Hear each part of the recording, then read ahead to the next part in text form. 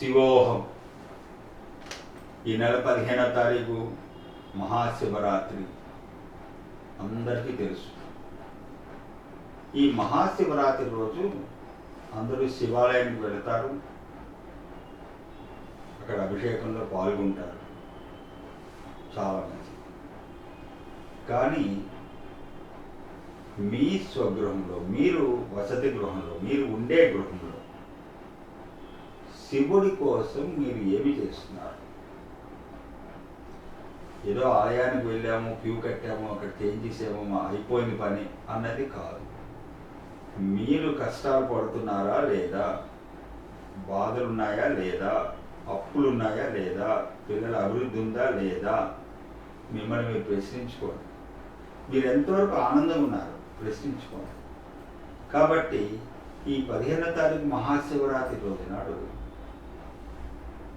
అవకాశం ఉన్నవారు మహామృత్యుంజయ జపము కానీ, లేనివారు ఓం నమః శివాయ పంచాక్షరి కానీ ఉదయము, సాయంకాలం, అర్ధరాత్రి లింగోద్భవకాలం ఈ 3 సంధ్యలందు కూడా కనీసం 1 గంట సేపు తక్కువ లేకుండా కనులు మూసుకొని, నోరు మూసుకొని, పెదవులు కదలకుండా, ధ్వని బయటికి రాకుండా ఈ మంత్ర జపం చెయ్యండి. ఈ జపం చేయడం ద్వారా, శివరాత్రిని పవిత్రంగా గడపడం ద్వారా ఆ పరమేశ్వరుని యొక్క కృపకు మీరు పాత్రులు అవుతారు.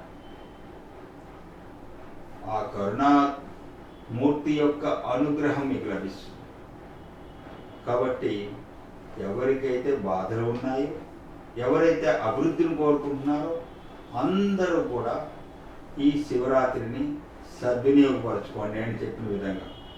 మీకు ఏమైనా సందేహాలు కానీ సలహాలు కానీ ఉంటే 9848184660 నా నెంబర్కి వాట్సాప్ ద్వారా సంప్రదించండి. ఫోన్ కాల్స్ వద్దు, నేను చాలా బిజీగా ఉంటాను కాబట్టి ఫోన్ కాల్స్ వద్దు, వాట్సాప్ ద్వారా సంప్రదించండి.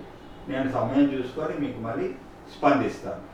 సర్వే జనా సుఖినో భవంతు, సహనో భునః సుఖినో భవంతు.